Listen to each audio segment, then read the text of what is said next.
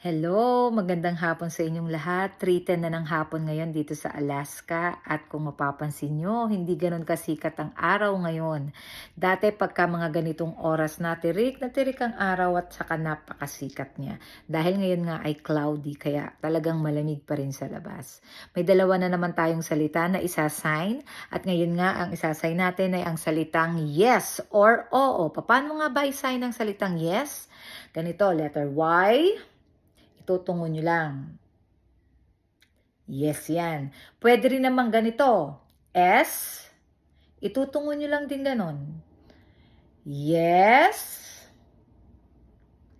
Yes. Parehas lang yan ha.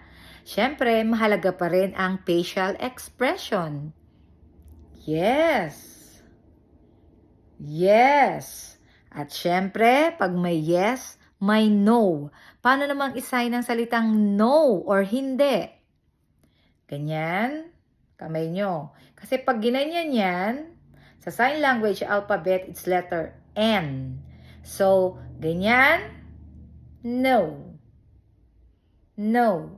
Siyempre, kasama ulit ang muka, facial expression ay napakahalaga sa mga deaf. Okay? No.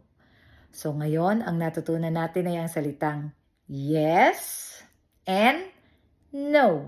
Tandaan, pwedeng ganyan ang yes, pwede rin ganito ang yes. Nasa sa inyo na yan, okay? Yes, no. Yun lang. Bye!